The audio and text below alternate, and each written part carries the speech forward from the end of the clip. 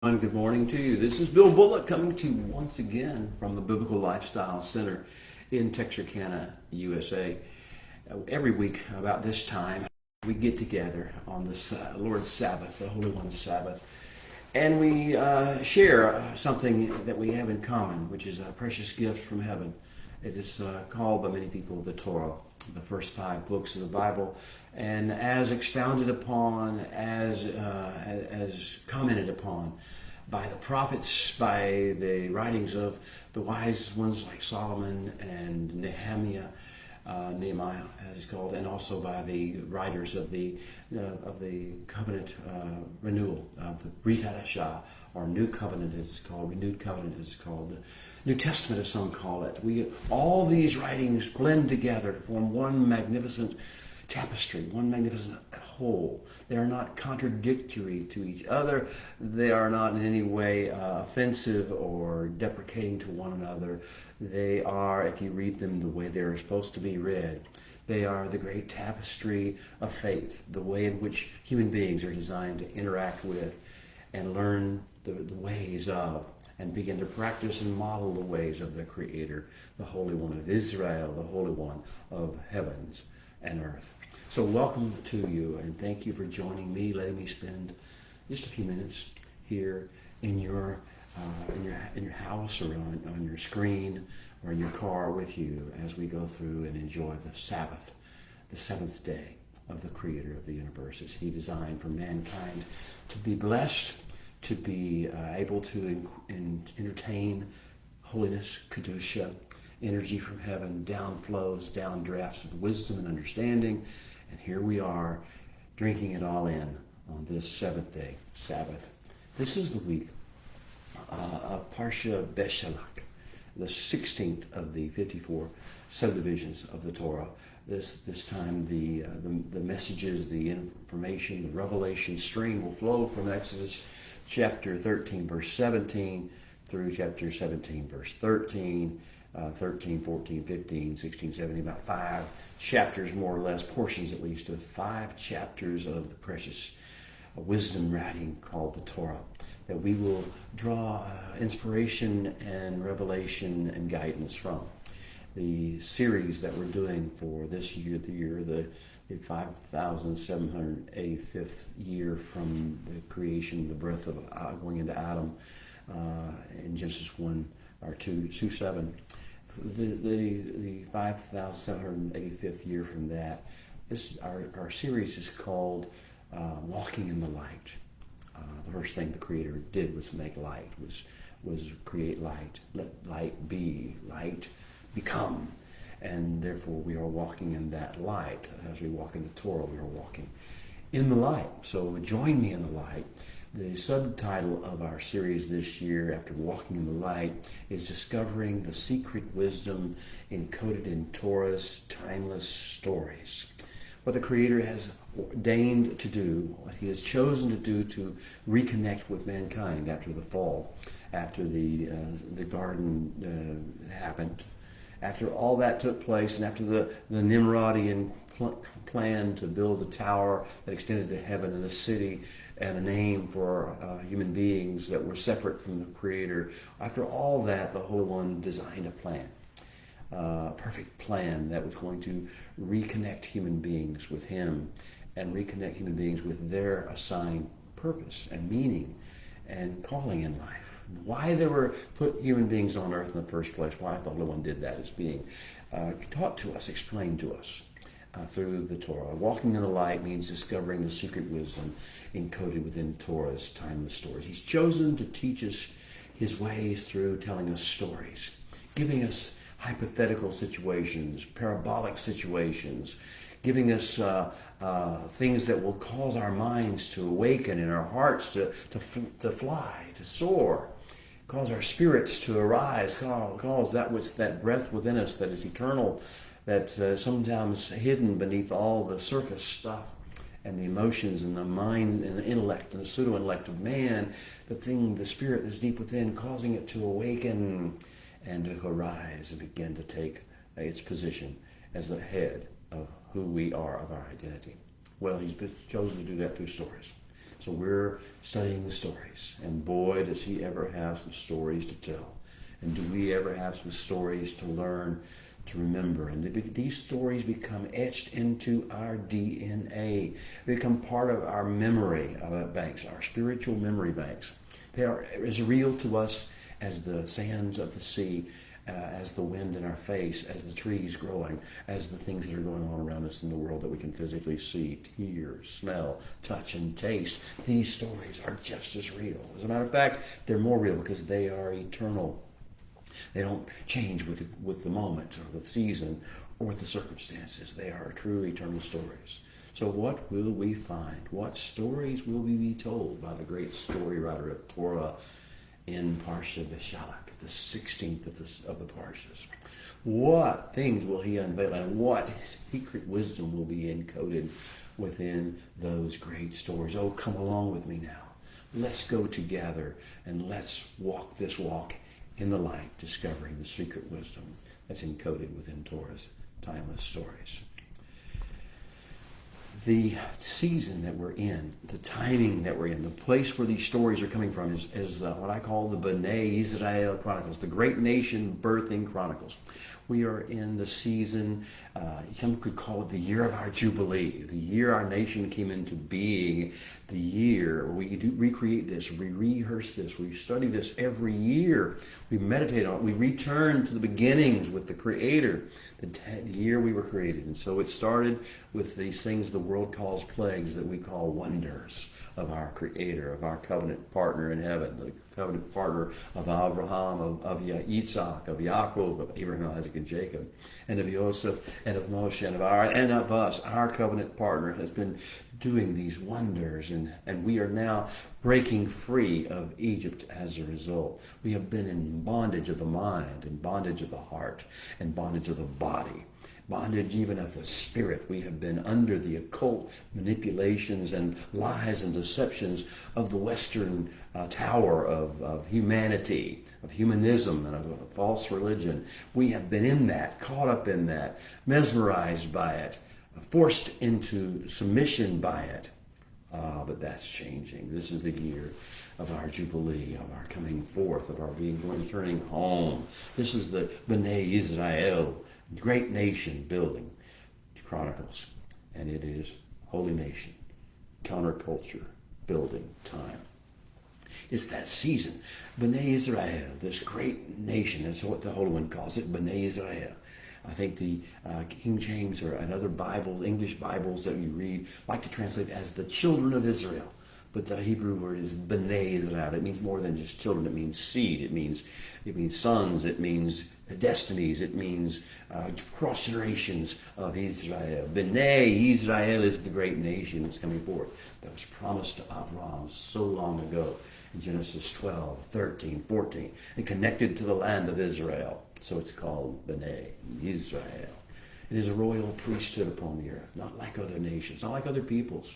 It is a glorious habitation, dwelling place of the Creator of the universe. He doesn't dwell in temples and buildings made of stone and places. He's chosen to dwell in B'nai Israel, the seed, the returning generations of Israel.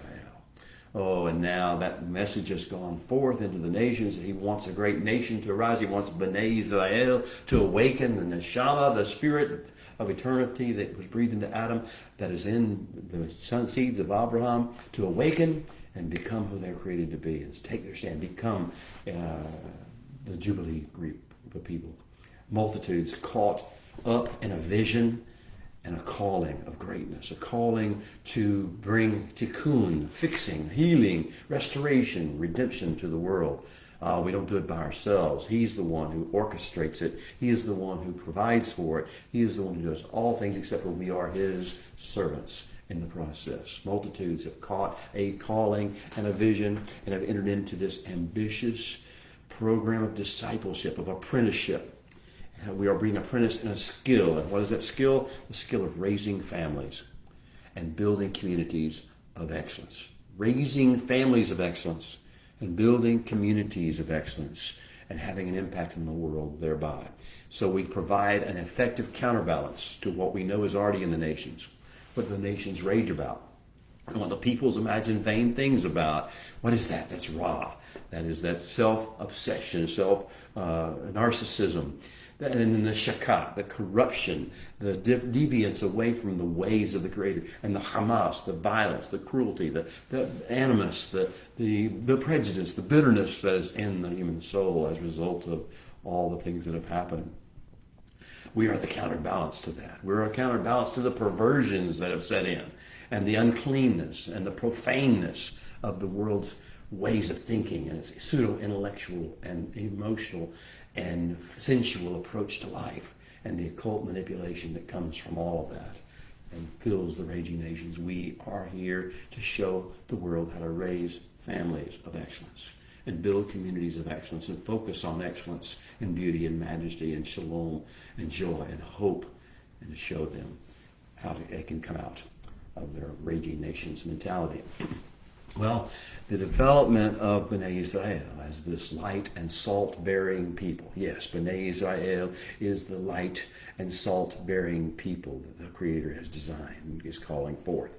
The development of this light and salt-bearing people and the subsequent deployment of the families of excellence and the communities of excellence and the Torah-based lifestyle of excellence that they promote in every nation and on every continent and every nook and cranny of the earth. These are critical components of the Creator's grand plan. What's his grand plan? What does he want to do? What's it all about? Why is he just forming a new religion? It's not a religion. This is a plan of the Creator of the universe to heal fractured, broken souls. Make tikkun nefesh for individuals who have been so captivated and captured as we were in Egypt by the occult manipulations, perversions, seductions, deceptions of the nations, of the raging nations. He comes to heal fractured, broken individual souls, to make tikkun nefesh. But that's not all. He's also coming to redeem mankind as a species, a great collective. The Adam and the seed of Adam that has come forth has been corrupted, but he's here to redeem mankind as a species. That's making tikkun Adam, redeeming mankind as a species. So individually, collectively, tikkun nefesh and tikkun Adam. And that's just all part of a greater story. The greater story of why we're here, what this is all about. Is tikkun edits. It's tikkun making restoration, redemption of the land. Not just the land of Israel, although it starts there. That's the point at which the stone hits the water and the ripples begin to come forth. But all together we're trying to make tikkun olam. The Creator's grand plan is for tikkun olam, fixing the creation, fixing the world, fixing the age, fixing it all, healing and restoring. That's the grand plan. Are you in? Are you out? Do you feel the calling of the Creator of the universe calling you, giving you a vision for redemption and restoration, not for complaint and criticism, not for blame and accusation and prosecution? Are you getting the call to fix things as opposed to break them even further and worse than they already are? Are you getting the call to restoration rather than vengeance? Oh, I hope you are, because this is the season. These are the great Bnei Israel Chronicles. It is Holy Nation Counterculture building time. Well, last week it all really started in earnest. The unveiling happened last week of our great nation's new calendar. Oh, it's different than the rest of the world's calendars. The way they look at time, the way we look at time, the way we measure time, the way we use time is all to be very, very different. We're supposed to be the counterbalance to the mistakes of time management and time usage and time wasting that the rest of the world focuses on. The unveiling of the unique national calendar took place, and we got introduced to something powerful, something from heaven, the Kedusha energy of mitzvot. The English Bibles call them commandments, but they just do not get the picture. Mitzvot, what the English Bibles call commandments, are downloads of energy from heaven. This is the wisdom and the counsel of the Creator of the universe as to how life can be lived. Families can be built in excellence. Communities can be built in excellence. This is the ways. These are why.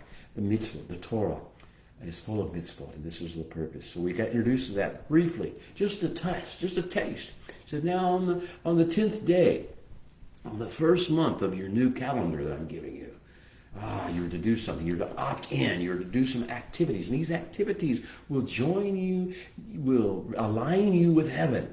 taking the land and taking your land into your home and under your care for 3 long days, and the fourth day to do something else, and then to do something else. And these are the mitzvah, these are the instructions of the Creator of the universe as to how to break free of the world's mindset and delusions and lies and oppression and occult manipulation, and to come out and align instead with the purpose for which we were born on, put on earth.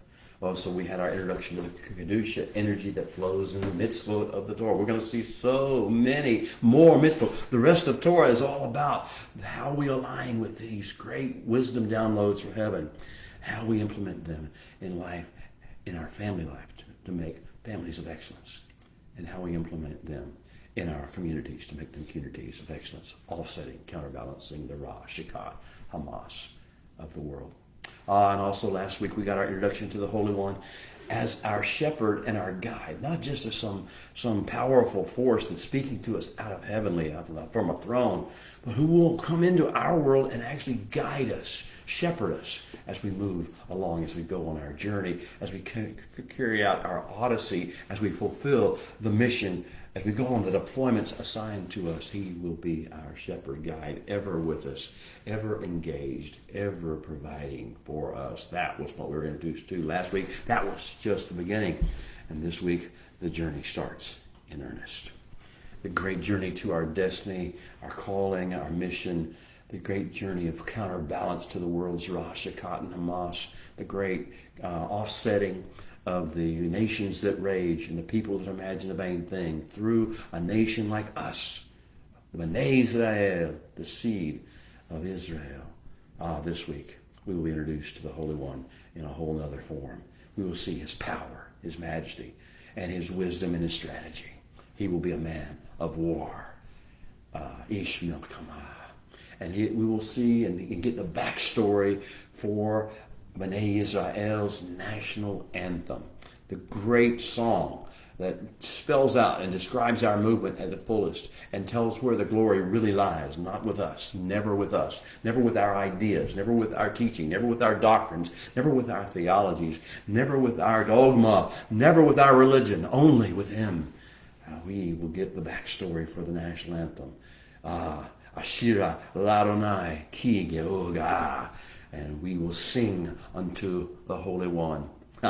For he has done marvelous things marvelously. He has triumphed gloriously, it is, I think, in the King James versions and interpretations of the Hebrew. The backstory of our national anthem is going to be told. Oh, what wisdom is encoded within that story. What wisdom is encoded within that song, beloved. We will also then be introduced gradually to the Holy One's nurturing capacities and his propensities, how he nurtures his people. He feeds with manna from heaven and from water from a rock. We will be given a little introduction to his training methodologies, his testing methodologies, his reliance upon things that we need. Stories, song, and also interventions that require us to cooperate and co-labor with him. Mitzvot, mishpatim, judgments as it's called, ordinances, hukim, all these different ways of talking to us that allow us to join hands with him, join forces with him, co-labor with him, collaborate with him, and see the end result of the tikkun nefesh, tikkun adam, tikkun eretz, and tikkun olam begin to take place. Oh, it's a long-term project. We're in this for the long haul. This is not a one-day slap it, here it is, it's fixed. This is going to be our lifetime, our generational lifetime mission on earth, is to bring a little bit here or there of tikkun nefesh, fixing somebody's broken individual soul, fixing somebody's broken land, broken ecosystem areas, fixing someone's, the nation, the direction of humankind on the earth, fixing the focus of humankind upon the earth, tikkun Adam, and then fixing the world. Yes, and also we'll be getting a little bit of input in this parsha Beshalach in the healing procedures and protocols. How does the Holy One heal? He says, I am the Holy One, I am the Yod He Vav He, I am the who heals you. Rapha, who brings this restoration and stitches you up and makes you whole again. I am the one who does that, who fixes what's broken by the world and by the cultures of this world. He fixes what's broken by our sin, what's broken by our mistakes, by our betrayals, by our rebellions, by our offenses and by our trespasses. He fixes those things. And the trespasses of others, he fixes those things. How does he do it? What's his methodology? He'll begin to introduce his words, his instructions, our collaborating with those things to bring healing. That's how he heals us, by us collaborating with him, walking with him, absorbing his Kedusha energy that heals.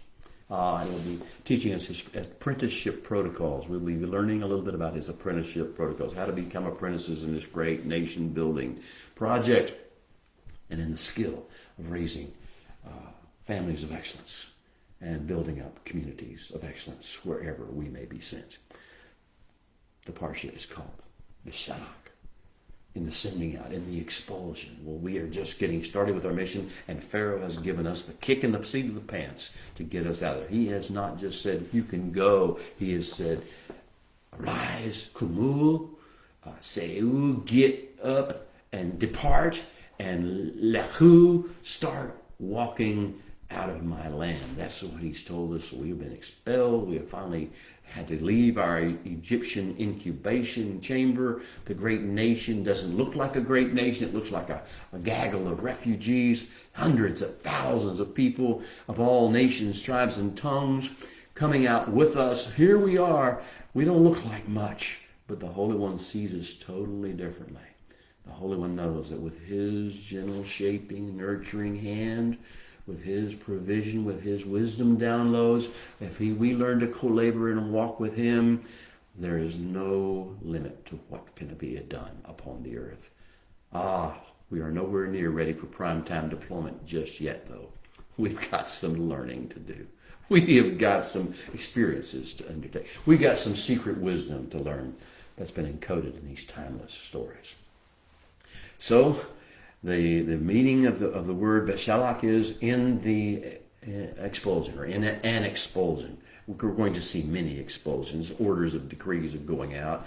We'll see it in Spain. We'll see it in France. We'll see it in Germany. We'll see it in so many different places in the world over the course, and Britain. And we'll see it probably in America before it's over with. You'll see the orders and decrees of expulsion. Whenever the beast creature of the nations that rage comes forth, he always issues an expulsion order to us.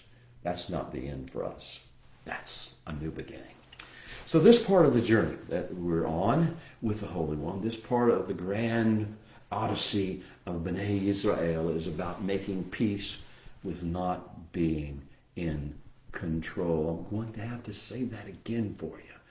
I think there's a natural tendency to think we're so smart, we know so many things, we've got such a special relationship with our Creator that we should be in charge. And the Holy One says, never, not until Mashiach puts you in charge. So this part of our journey is the stunning part about making peace, getting okay with not being in control of anything. We're under an expulsion decree. We don't have the choice of leaving. We have to go wherever we go. Now, he can't tell us where to go. He can just tell us we have to go. So, making peace with not being in control of anything. Oh, we're so control hungry, power hungry.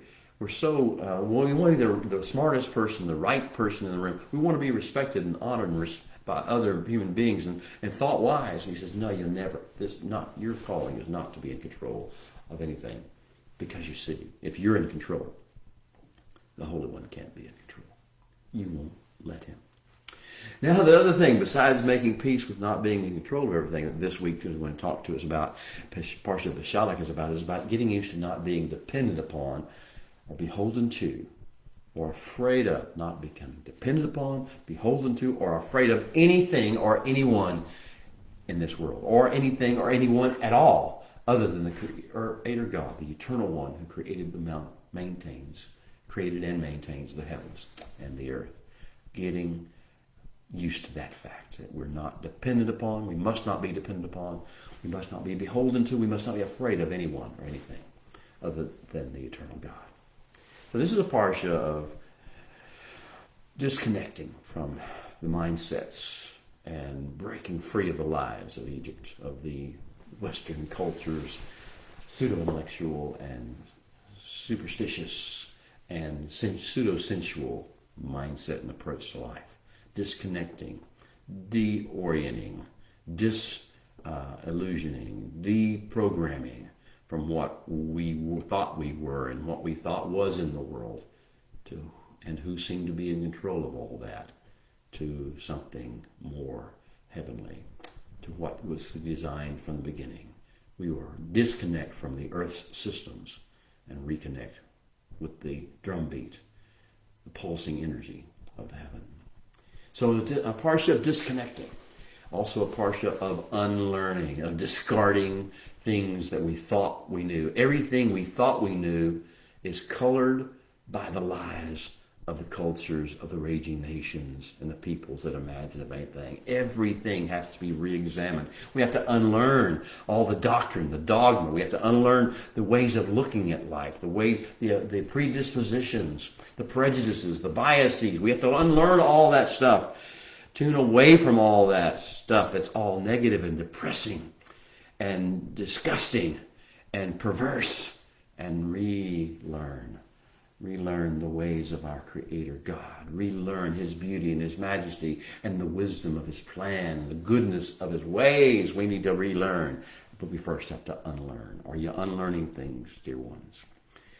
I could imagine you could write a book about what you're unlearning at this particular stage if you're walking this journey. Another part of what we have to do is unleavening. We have been so pumped full of the fluff and the hyperbole and the rhetoric of the political and economic and ethnic cultures of our world that we need to just dump it. We need to have a big 7-day fast of leaven, of all the world's leaven, and get back to what's real. Get back to what's basic. Get back to what is fundamental and necessary and good. Unleavening everything we thought was normal, healthy, appropriate, and pleasurable about life. Let's rethink it. Let's get unleavened from all those things. It's also a parsha not just of disconnecting or unlearning or of unleavening, but also of recalculating. It's like the GPS system has said, recalculating. We've made a wrong turn. We've had several wrong turns. We've been in the wrong place, but He's going to recalculate a new route, a new path. And we're going to learn to forsake what life is not all about and go to what is all about, what it is. We're going to forsake the voices that are not authoritative but sound authoritative, for those who whisper gently but tell the true stories of life. And finally, not just unlearning, disconnecting, unleavening, recalculating, but this is also a parsha of realigning. Realigning our allegiances from men and movements, from political parties and ideologies, from religious organizations and entities, from institutions, realigning our allegiances from those things. Realigning our allegiance to the Creator of the universe Himself, to the majestic one who sits enthroned in heaven, to the one who is healing and fixing the world, rather than all the nations and all the institutions that are concerned with how they're going to break it and manipulate it and use it.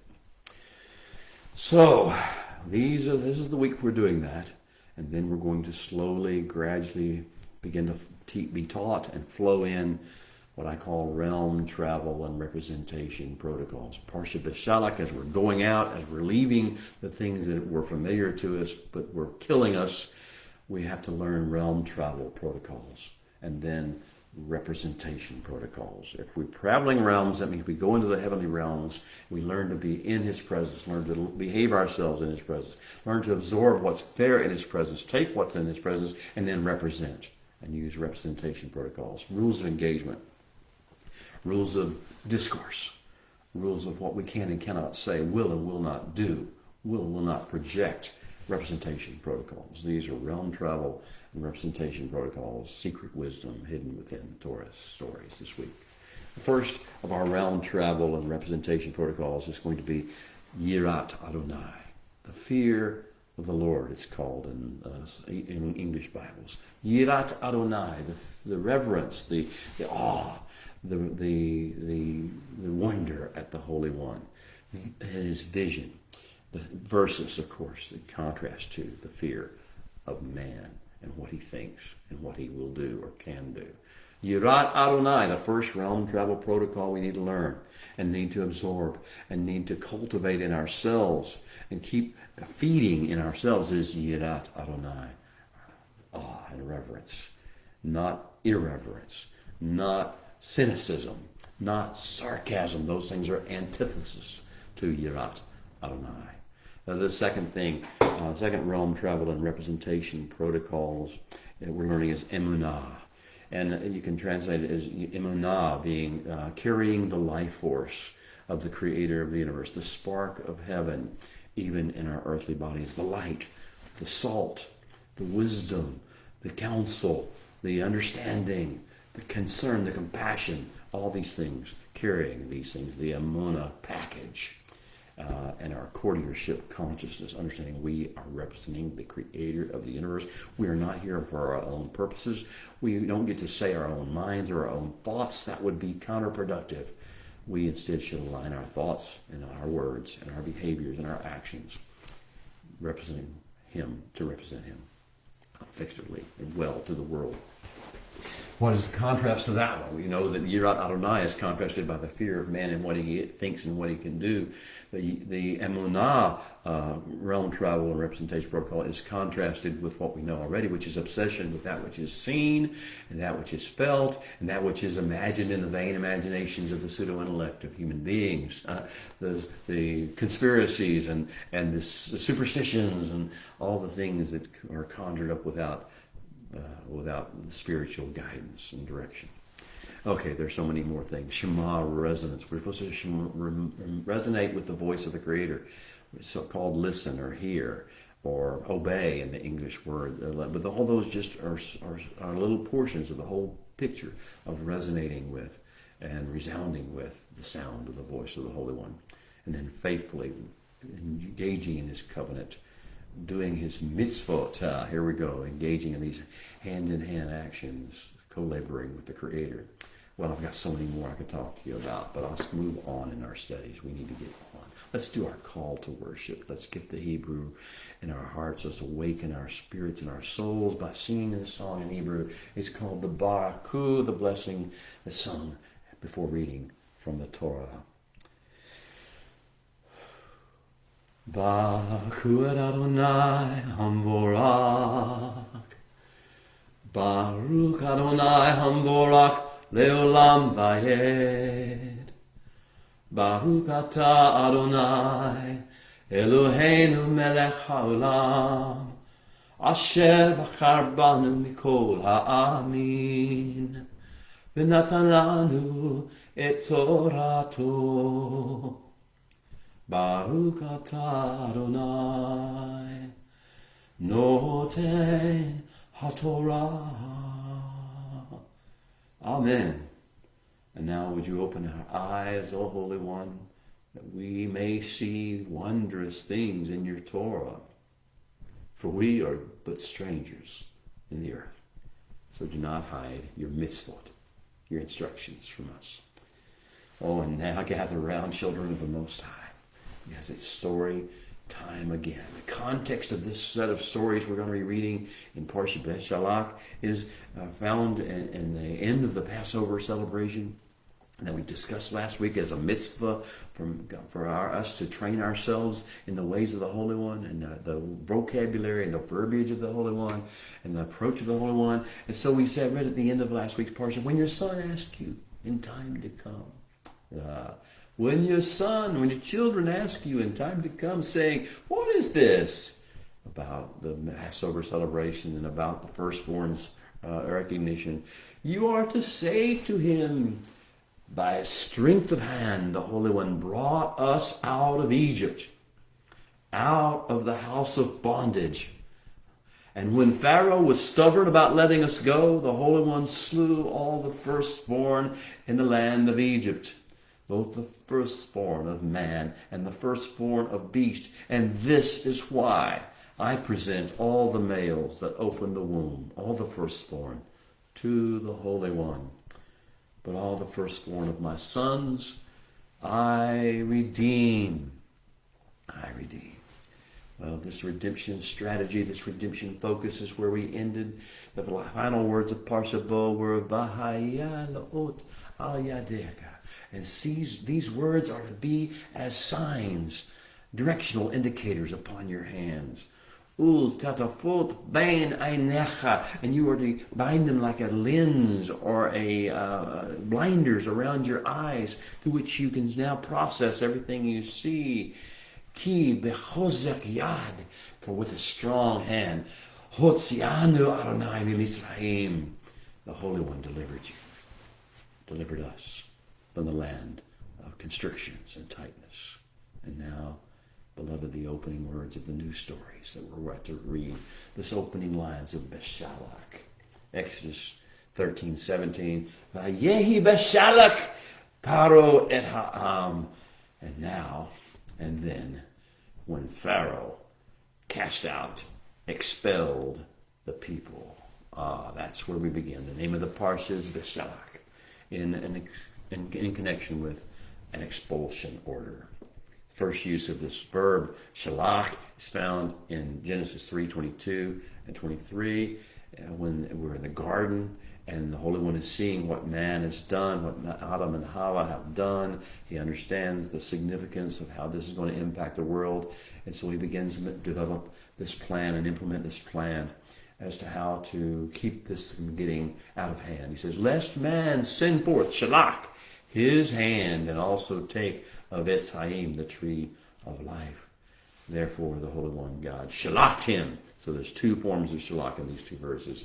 The Holy One shalached him, sent him forth, expelled him from the Garden of Eden. Well, that was just the beginning for man, and so it is with Bnei Israel. As we were expelled from Egypt, that was not the end for us. That was only the beginning.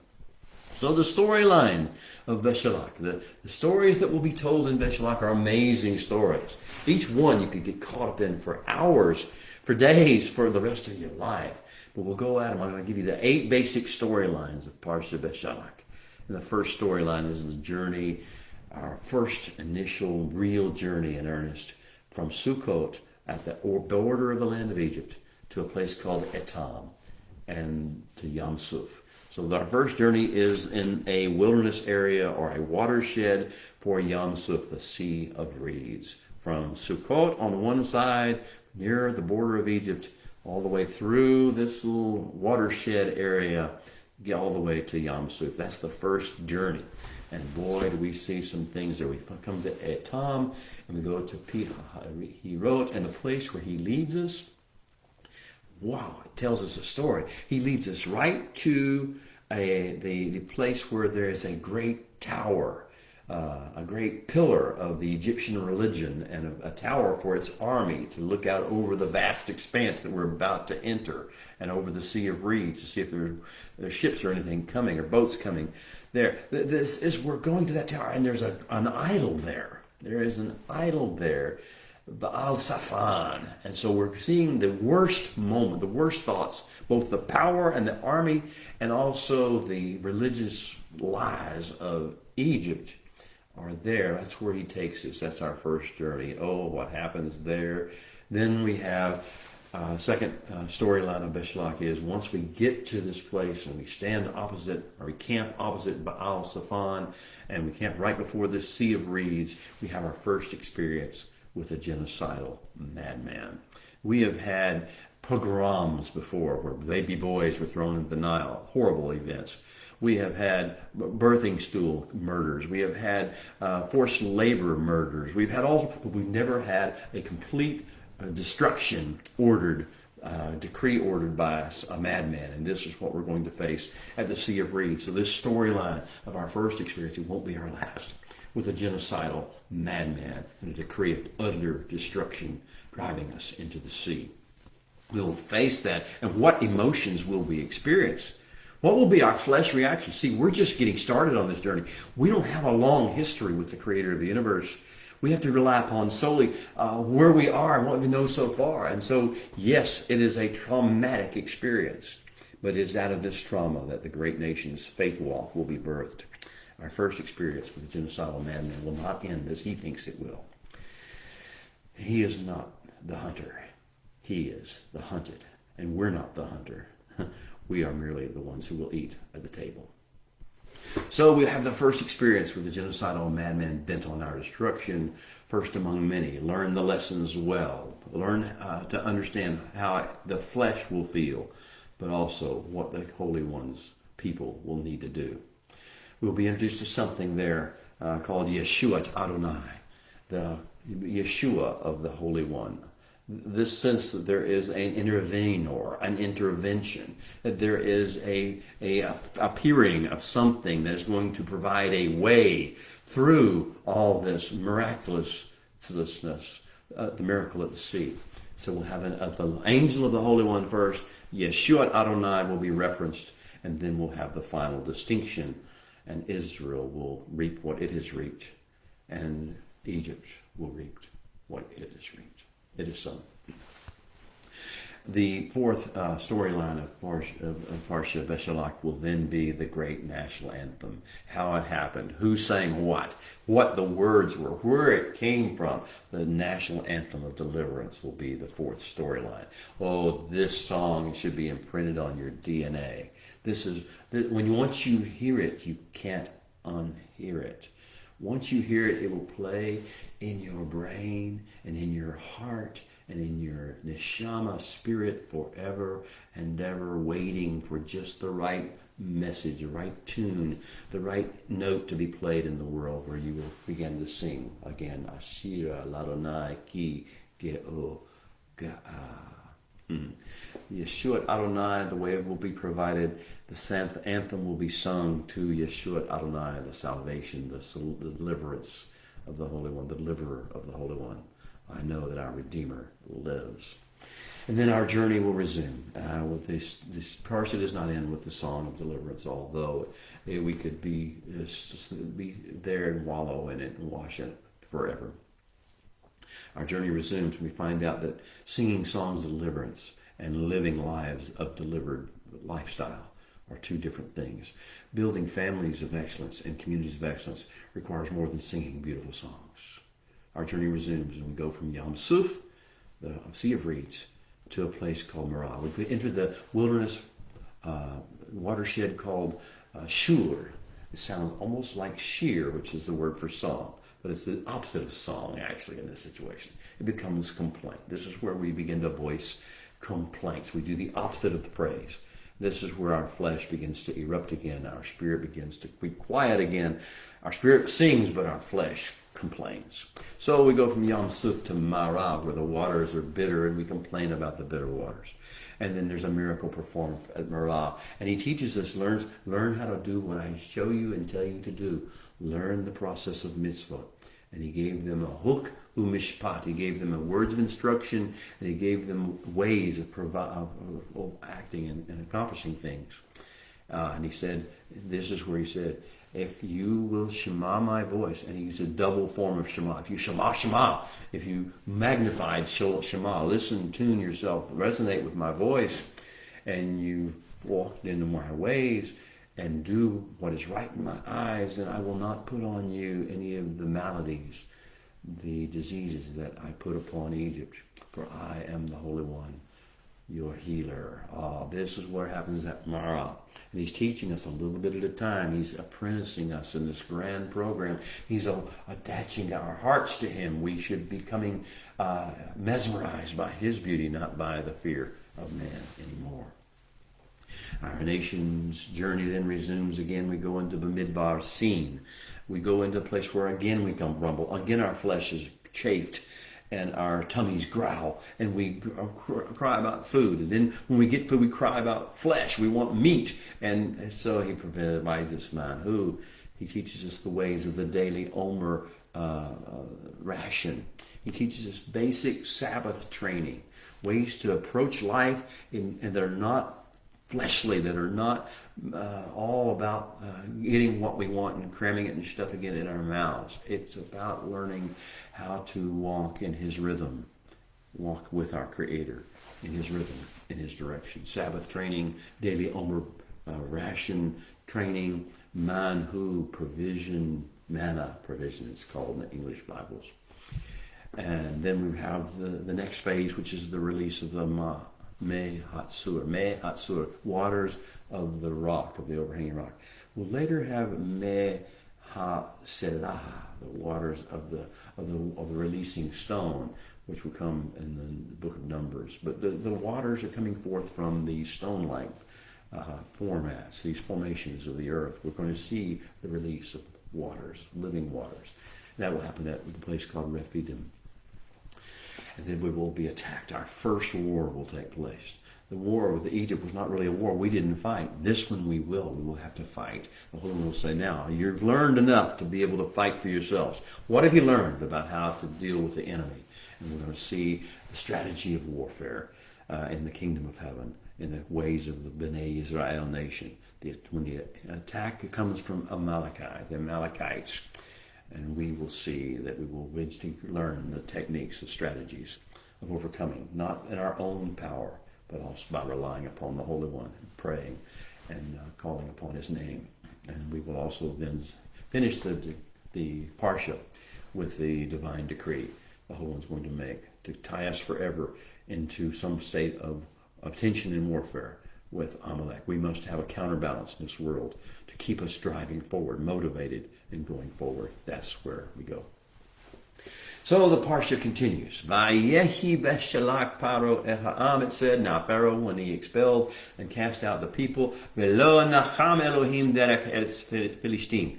The Holy One, the Eternal One, did not lead them in the way that takes them through the land of Philistines. Ki karohu, even though that would have been close. So we now have this picture of the Holy One, Nachaim, which is shepherd leading. He becomes our good shepherd. We begin to see this picture. It's going to be manifested over and over again. The different techniques of the great shepherd are going to be exposed during this next few weeks of our journey, of our year of Jubilee, of Yovel. But this is the beginning. He's going to Beshalach. When Pharaoh casts us out, the Holy One's going to take us. And He's going to Nachah us. He didn't lead us by the way that takes us through the land of the Philistines. Kikarov, who, even though that would have been close, He has another plan, a plan to take us somewhere else. And the reason He didn't take us by the land, He says, Ki Amar Elohim Pinyanacham, for the Holy One said, as a throne room decree, Ha'am birotam milchama, the people. For the people's sake, for our sake, He won't take us that way. Because if we encounter warfare, contesting over bread to eat, Veshavu Mitzrayma, they will turn their faces, their hearts back to Egypt. Oh, we don't need to go back to Egypt. We don't need to think we want to go back to Egypt. We don't need to long or hunger or have nostalgia for Egypt. It's nothing there for us. So He knows what we need, and He needs to take us a different way. And so the Torah Parsha, the story continues. Vayasev Elohim et ha'am. So God, the Holy One, circuitously routed the people in a circuit. Derek Hamidbar Yamsuf, around and by and into the desert, the wilderness area, the watershed surrounding Yamsuf, the Sea of Reeds. Vachamushim alu me'eretz Mitzrayim. And Bnei Yisrael rose up. Alu. The Chamushim, 1/5 of their all total number came, raising up Chamushim from the land of Egypt. So, this parsha is about facing our fears, coming forth from Egypt, but facing our fears. What are we most afraid of? If we're going to walk the Holy One's walk, if we're going to be called and fulfill the Holy One's purpose for our lives, if we're going to do tikkun nefesh, tikkun olam, tikkun adam, tikkun eretz, if we're going to get involved in this grand plan and see beyond the houses of those who are raging as nations and imagining vain things, if we're going to get beyond that, we got to face our deepest fears. What's our deepest fear? It's not the Philistine. Our deepest fear is the Egyptians, is Pharaoh, that madman who rides on the chariot, that one who breathes fire out of his mouth, as it were, with these words of hate, with his words of destruction, who has this genocidal delusion in it going on in his mind, and he forces others and minions to take up his arms for him, and they voluntarily do so, and they join him in his hatred of us. That's what we fear most. We fear what man will do, can do. We fear his wrath. We fear his disapproval. We fear the violence that can come forth from him. This is what we fear most. What do you fear most, beloved? Dear ones, because that's what we have to face first and overcome first. If we're going to take this journey, who are you afraid of? What are you afraid of?